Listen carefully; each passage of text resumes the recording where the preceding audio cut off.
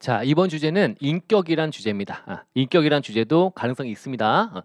자, 인격이란 주제는 법인 아닌 단체라고 하는 거잖아요. 그죠? 자, 그럼 인격은 일단 어떤 단체가 얘가 법인으로 볼 거냐 아니면 개인으로 볼 거냐 이렇게 우리 인격이란 걸 갖고 있는 거 법인격이든 아니면 자연인격이든 법인과 개인이 일반적인데 법인은 당연히 법인세 내면 되는 거고요. 개인들은 당연히 소득세 부담은 지면 돼요. 근데 중간에 끼는 미등기 단체라고 하는 게 있죠. 법인이 되려면 법인 설립 등기를 해야 되는데 등기를 안 했대요. 그리고 또 개인은 개인인데 단체니까 여러 명이 모여 있는 거야. 그럼 얘는 어떻게 바라보지라고 하는 거에 대한 어떤 규정들이죠.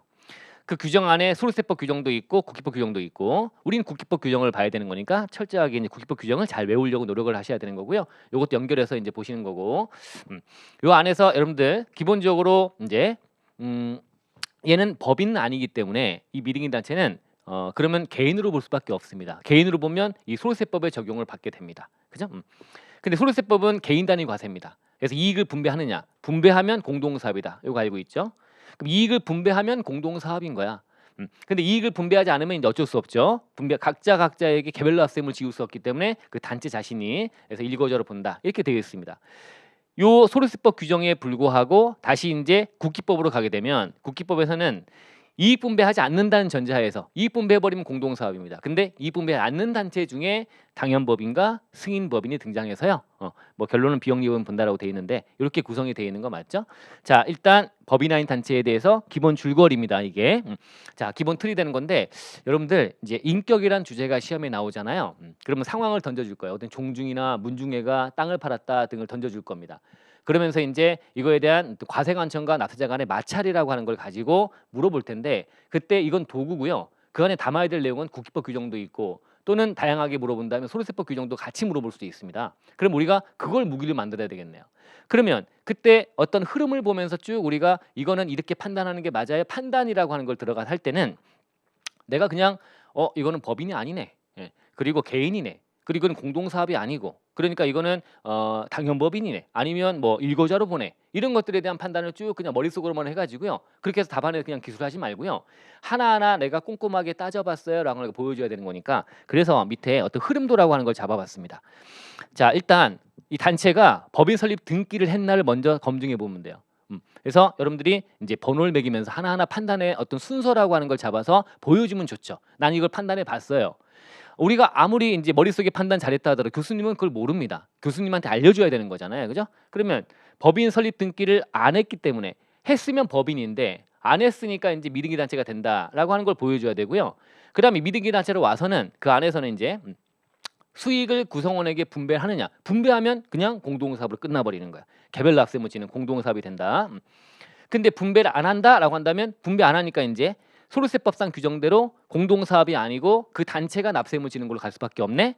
이 틈바구니에서 이제 국기법이 치고 들어와서 분배하지 않는다는 전제하에서 당연법인과 승인법인으로 구분되는 거잖아요.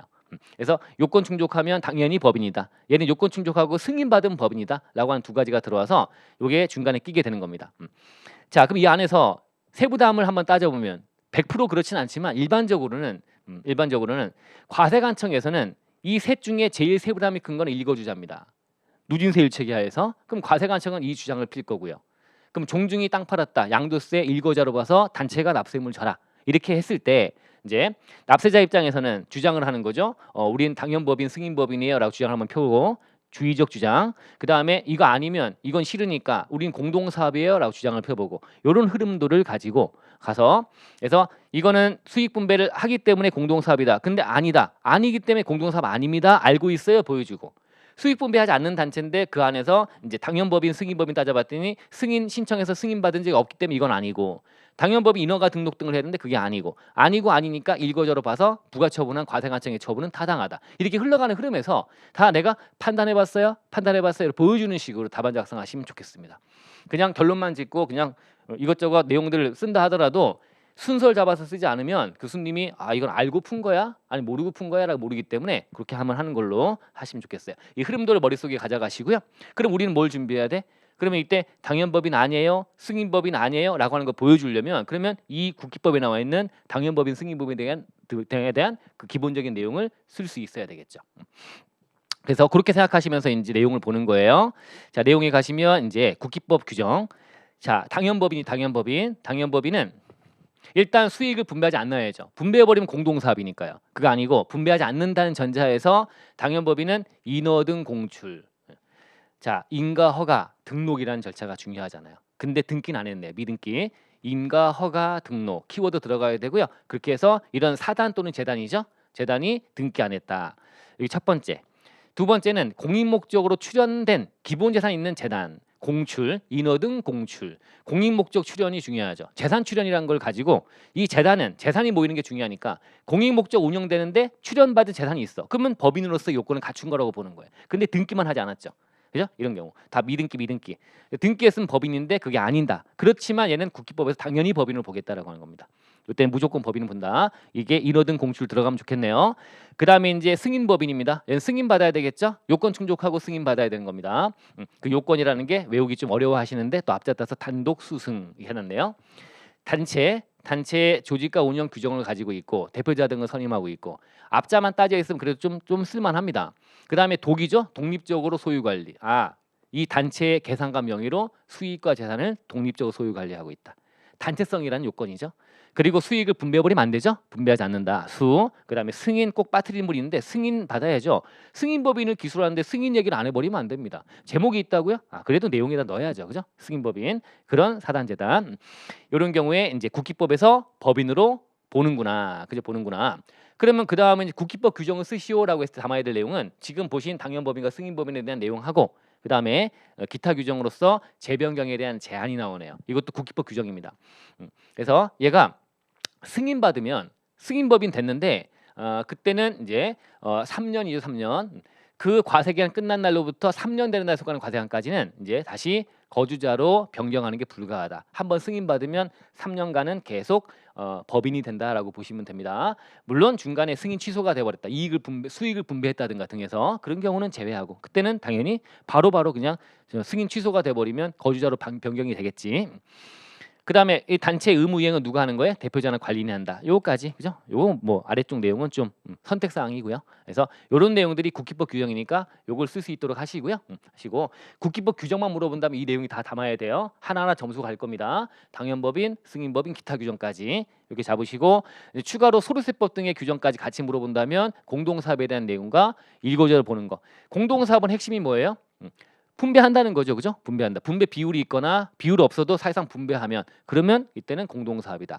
일거주자는 분배하는 비율도 없고요. 그리고 사실상 분배도 안 해야지만 일거주자가 되는 겁니다. 이렇게 해서 구조만 좀 잡으시고요. 중간에 최근에 뭐 몇 년이 개정된 거 일부만 분배한다면 분배되는 부분은 공동사업이고 그렇지 않으면 일거주자로 봐서 한다. 쪼개진다라고 하는 것까지 읽어보시면 되겠습니다. 그리고 법인세법은 부가세법은 상증세법은 이거는 진짜 선택사항인 것 같아요. 한번 읽고 하시면 되겠죠. 법인세법은 당연법인 승인법인이 비영리법인을 본다. 왜냐하면 얘는 수익을 분배하지 않으니까. 그다음에 부가세법은 뭐 당연히 영리 목적 따지지 않고 다 납세 묻히는 거니까 여기 포함돼서 납세 묻힌다. 상증세법도 당연법인 승인법인은 비영리법인 보기 때문에 납세 묻히는 건 알고 있죠. 그죠? 그래서 영리법인만 납세 묻히지 않잖아요.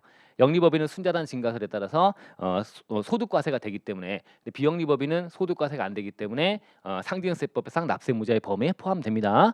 이런 것들로 규정을 담으시면 되고요. 초고를 잠깐만 더 얹으면 판례에 나오는 얘기들 몇 가지를 체크해서 가져가시면 좋을 것 같아요. 저는 당연법인이에요라고 주장하는데, 그죠? 인허 등, 인가허가 등록 이란 절차에 부동산 등기를 위한 등록번호 받는 것과 고유번호증 받는 거는 이거 아니다라고 하는 거.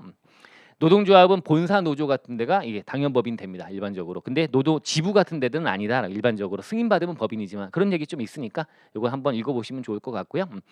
자, 나머지는 좀 그렇고 넘어가도 됩니다. 자, 뭐 마을이나 이런 거 종중이라는 거 나오잖아요. 요거 하나만 좀 더 기억해 놓으세요.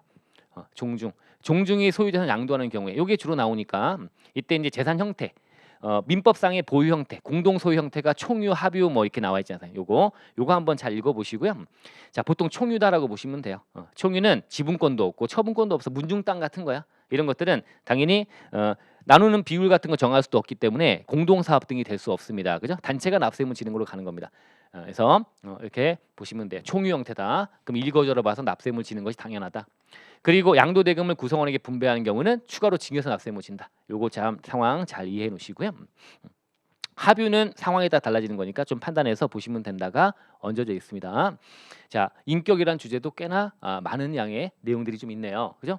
그래서 아까 강조했던 부분 국기법 규정이니까 당연법인과 승인법인에 대해서 인허등 공출 뭐 이런 것들 단독 수승 나와 있는 그런 것들을 열심히 딱 앞잡다 가지고 기본으로 쓸 수 있게 만드시고 추가적인 내용을 좀 더 풍성하게 이해하시고 아까 처음에 얘기했던 대로 문제 풀이할 때 답안 작성할 때 순서 판단해봤어요? 판단해봤어요. 이런 것들을 잘 쓸 수 있도록 만드시면 좋은 공부가 될 겁니다.